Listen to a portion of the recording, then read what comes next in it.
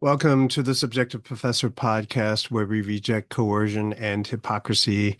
This is episode 204, and we're going to talk about violating the art of war. And of course, I'm referencing Sun Tzu's work from like 3,000 years ago. I thought I'd do a quick episode. I have a back to school night tonight, so I'm going to squeeze in a recording before I have to go back to school and meet some parents of middle schoolers. But anyway, so back in episode 45, I had a longer episode on Sun Tzu's Art of War, a glimpse into some of the things I would discuss in class. But I'll read a couple lines relevant to the topic that I wanted to talk about today.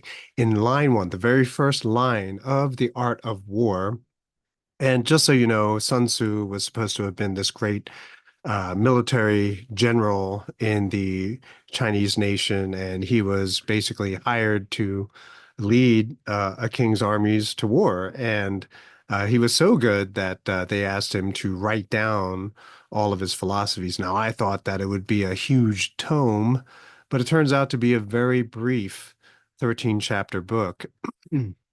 And because it's Chinese, each character has so much meaning to it that you kind of have to sort of stir on a lot of the things that they're like, they read like proverbs.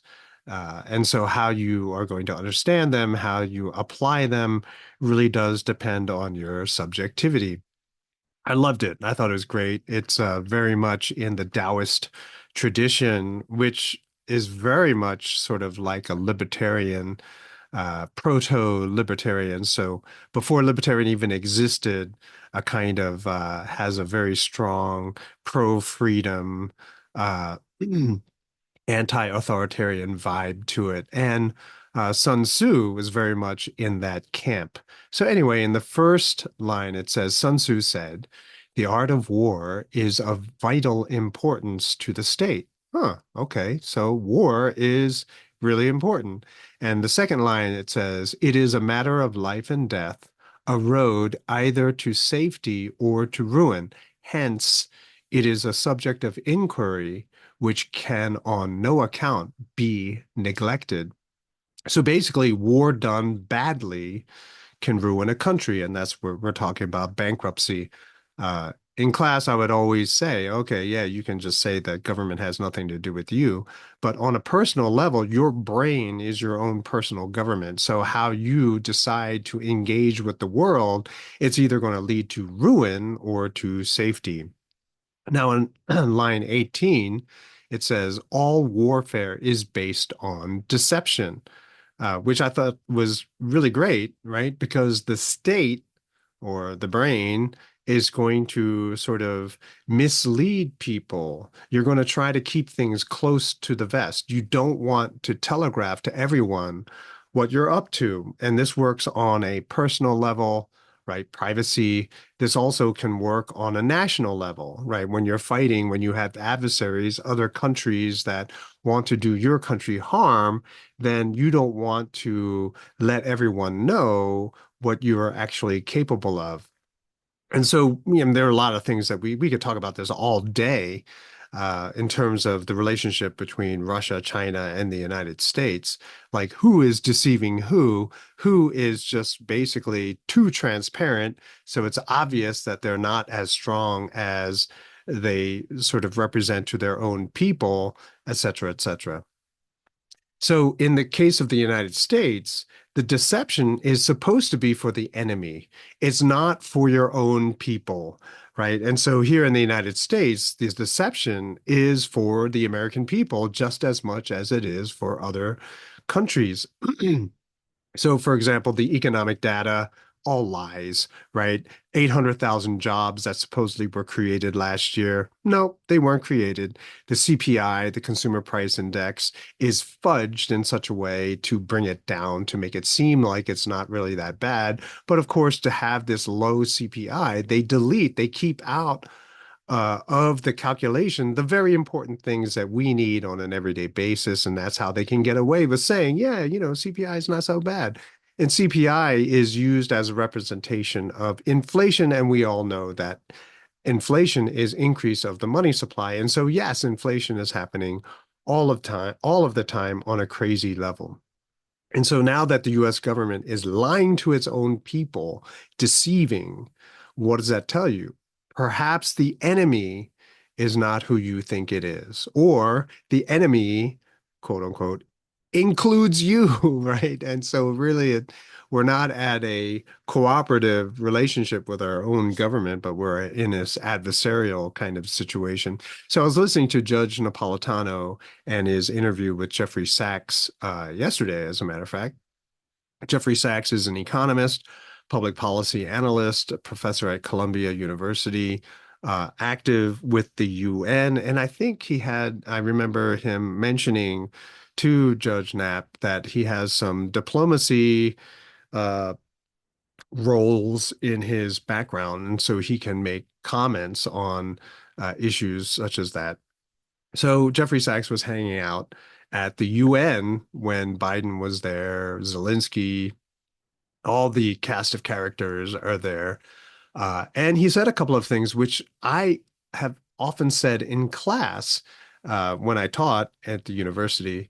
And I thought it was really interesting. I thought it was really cool that someone of his stature said the same things that I did. He was actually, I was more polite than him. And so that was also kind of cool because I would always try to hold back a lot of the things that I wanted to say, but Jeffrey Sachs basically came out and said a lot of that stuff. If you haven't heard the interview, it's worth listening to. As a matter of fact, listening to all of the Judge Knapp interviews that he has with the cast of people that he has on is very, very enlightening, especially when it comes to foreign policy. So, in any case, he said this one line. He said, there are islands in the Caribbean who are not allowed by the United States to accept China's offer to build hospitals in their country. But America is primarily interested in giving them money in order to build military bases, right? So you're looking, if you're, the leader of this Caribbean island, and you're like, wow, my people need hospitals, but I just don't have the capital and the means to do it. But look, China's going to do it. And America says, no, that would make you unsafe. So let's build a military base instead, which doesn't really help the people. It doesn't help America either. I looked it up. As of July 2021, there are 750 bases in 80 countries. 750 bases in 80 countries, right? So you have military personnel, you have logistical support, right? Food, infrastructure, and all of the other things that you need for a base to be functional in a different country, right? So it's massively expensive, 750 bases in 80 countries. So the United States is not really promoting peace. I don't know if you've seen that map of Iran, and all of the bases that dot around that country. And the caption on the meme is like, look how Iran, is located so close, put itself right next to our bases. They're aggressing. No, it's the United States that is more interested in promoting violence in the name of defense, right? And I know a lot of people, you might be one of those who have sympathy with this. Well, we have to project our strength. We need a strong military. Well, I've talked about it before that the US military is hollowed out. In the same way it lies about the economy, it lies to us about military readiness, right? Switzerland has no bases, as far as I know, all around the world. So one has to ask, how much is too much or how much is enough?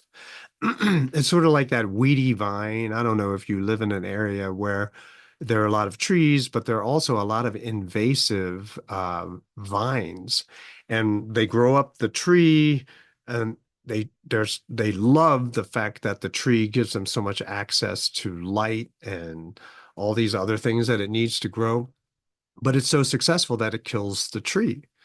And so one has to ask, at one point, where are we, right? If the military industrial complex is the weedy vine And America, the United States, is the tree. At what point does the tree die? And remember, it's not the only vine. There are lots of vines growing up on that tree, trying to choke that tree. So how much longer can it last? So, and there's this, he also mentioned this idea, this attitude of all or nothing, right? If you have just one country, just step out of line just a little bit, America gets really, really upset. There's sanctions left and right, and they really can't tolerate any kind of deviance, disobedience to its foreign policy. It's sort of like the university climate where they talk about tolerance, but there's absolutely no tolerance at all. They say diversity, but it has to be a very specific diversity, which means their idea of diversity. So true diversity doesn't exist. They'll also talk about democracy, but it's democracy where there's only one party, right? I talked about that also recently. And so the big problem is that all of this focus on war, bases, and all this other kind of machismo waste of money, war and the military is focused on destruction. It's not for anything positive. It's not for, anything productive. Like it doesn't create anything good and new. It is war is the most destructive and expensive activity that human beings can engage in. It is the most polluting. It destroys the most value. I mean, look, it employs all these people to make things which destroy other things, which kill other people, right? Which destroys all of the potential that is there in the lives of young people. It destroys all of the knowledge and experience in older people. It destroys all of the effort of building, construction, infrastructure, all the people who are skilled to work there, all of that. It just destroys value, right? It diverts energy, not just in terms of capital, money, materials, but also in people, right? You'll have the government tempt away, bribe away by offering higher salaries to government, to potential computer technicians, to designers, engineers, all of those people to get them to work for the military, not for the private sector, right? And you tempt them away by offering them above market wages. And then it diverts all the energy of young people instead of getting into the economy, getting a job that makes things, that produces things, that increases the quality of life in society. Instead of that, no, then other soldiers, bent on destruction. And also, I've talked about this before, but even the courts, because they're so hurting for troops, right? Because their recruitment totals are so low, they give the option to criminals to either go to prison or join the military. And so you have all of these criminals now representing America, right, in these other countries committing crimes, right? Because they're not going to stop being rapists. They're not going to stop being, sociopaths and psychopaths, right? But they're going to do it in other countries. And so it creates this negative image of America and Americans in other countries. And, to top it all off is that it's all funded by the government, and the government bears no risk, right? So it's not like all of these politicians or these people that work for the Pentagon, it's not their money, right? And so therefore there's no risk, right? They're taking taxpayer money. They're taking inflated dollars, which is the purchasing power of everyone in America, and anyone who made the mistake of buying treasuries and investing in America, right? So you use all of their wealth. And if everything goes sideways, I don't know, like a 20-year war in Afghanistan, so failure cost them nothing. It's not their money that they lost. It's not their money that was used to buy all that equipment that they left behind in Afghanistan. Was it $4 billion worth? It's not theirs, so they don't care, right? And maybe it ended up in the hands of the people they wanted it to end up in. Maybe that was part of the deal. Hey, just let most of us go and we'll leave you all of our weapons so you can use them against us. So there's that thing where there is no risk. Government funding means no real risk to the people who are involved. And so they're not going to do the best job. They're going to do the best job in enriching themselves, but not necessarily, doing what most Americans think they're doing. And then when it comes to research and development of weapons and strategies, there's no real effort there either, right? So even aircraft carriers, a lot of people are saying now, aircraft carriers are obsolete. But think about it. If you're fighting against China, you have to project your power through aircraft carriers. But China is one giant aircraft carrier and it's not going anywhere. You can't sink it, right? And so that's the problem. You are now dealing with a totally different era. Also, missiles too. We overspend for missiles, overpay for missiles that are too complex and too complicated to do the job that is necessary. I think you've read the stories about the failures of the anti-missile missiles, the Patriot missiles. So now Israel is suffering from all of the propaganda being exposed. Their so-called Iron Dome doesn't exist anymore. And so Lebanese, was a Hezbollah can shoot missiles and it lands on the targets that they aimed at in Israel, right? And they have longer range missiles now, so they can hit farther into Israel. You also see that there is no way to stop hypersonic missiles that the Russians have that now pretty much, what is it, the Houthis have, right? These primitive Houthi Bedouin, sand people, but now they have it too. And there's no way that this supposedly superior military of the United States can do anything to stop it, right? Instead, you have the Houthis stopping the shipping that's going through, the Strait of Hormuz. And so even the research, military research for weapons development, all that kind of stuff is just simply misallocated. It is going into the wrong things. So the people who are associated with the military industrial complex, they just want to make a lot of money, right? They're not interested in what are the most effective weapons systems. And this is not new. This has gone on for probably thousands of years, right? People put in charge are going to skim from the budget that they've been given. And all of that money that's being wasted now into obsolete weapon systems could have been used for legitimate research, like for cures for disease, perhaps. No, no, we can't have that. I heard my wife was telling me there was another train derailment in Ohio. It was like at least the third one in the last couple of years. Man, and for the price of one aircraft carrier, you could have re-railed, right? Replaced the rail in the entire country. No, no, we're not going to do that, right? We're going to just drop it all into these obsolete weapon systems, just setting up all these American servicemen to be targets of superior weaponry and tactics on the other time. I've talked about tactics as well.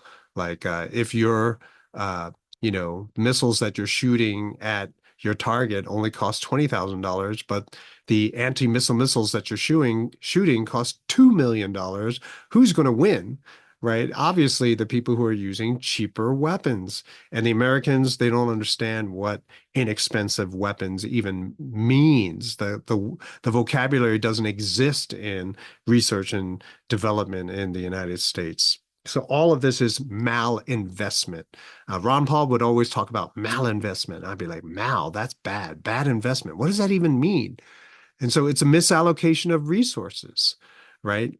People dumping money in things which look good on paper, but really they're not that good. So when a recession or an economic crash takes place, what that really is, it reveals the malinvestment. It reveals how people have dumped all this money in stuff they shouldn't have dumped their money, right? And so those companies fail. They go out of business. And everyone who was associated, everyone who was misled and invested in it, they lose a lot, right? But you need that because you need to have all of that capital, all that money, all those resources, all the labor, the manpower, all that energy, the creative energy especially, put back to where it should be used. You need that recession. And so all of this effort to have a soft landing and do all this other kind of stuff, you're just simply creating more malinvestment. And so when the Piper comes, right, when reckoning appears, when judgment appears, when the reaping takes place, then it'll hurt that much more. And the bigger problem, of course, is that people have been fed all this misinformation. They don't really understand what's going on. They think that there's prosperity. They think that the economy is strong. They think that people in the government actually care about them, that they know what they're doing. But it's all misinformation. And so when things do start going badly, when maybe ships start getting sunk, if there's a war, if a lot of soldiers start dying because they're not ready for the kind of battle that's being fought. I don't know if you've been watching the battlefield videos. Modern warfare is completely different. There is no place to hide with all the drones flying 24/7. And it's not just a single drone. We're talking about clouds of drones just hovering, waiting. And you have all these autonomous drones that are programmed to recognize certain kinds of forms and shapes. Infrared, they're armed with infrared. So you can't hide at night. You can't hide during the day, right? They recognize the shapes of humans, they recognize the shapes of trucks and tanks, and they just go after them automatically. So many people in America have absolutely no idea what's coming, and it's going to be a rude awakening. And when that happens, people won't know why it's happening, right? Because right now, with all of the government misinformation and all of this pumping of all this, you know, printed money into the system, there's no feedback mechanism, right? All of the bad ideas are propped up, right? People use the expression zombie companies. Well, this is a zombie country. There's no manufacturing anymore aside from weapons. And so and because there is no free market in terms of government funding, there's no feedback mechanism for discovery of what we actually should be doing. Right. And so right now, as long as you get money from the government, hey, this is great. This is a great idea. Let's keep doing it. Why aren't I getting more? And so you have this real twisted expectation. And so when everything does fall apart, many, many people will have absolutely no idea what's going on or even what to do now that things that they relied on are no longer there. When the dollars that they expected and relied on have no value any longer. So all of this stuff is waiting for us to realize and discover. But hopefully, some people know what's up, so know what's happening, and are making preparations now. Governments also all over the world are waging war against their own people. And so I think it's very important for us to understand what's going on. So when everything does fall apart, that we'll be there at the forefront to lead people back to peace and harmony. At least that's the hope. That's the plan. Anyway, that's it for today. I hope you have a great evening, and I'll talk to you next time.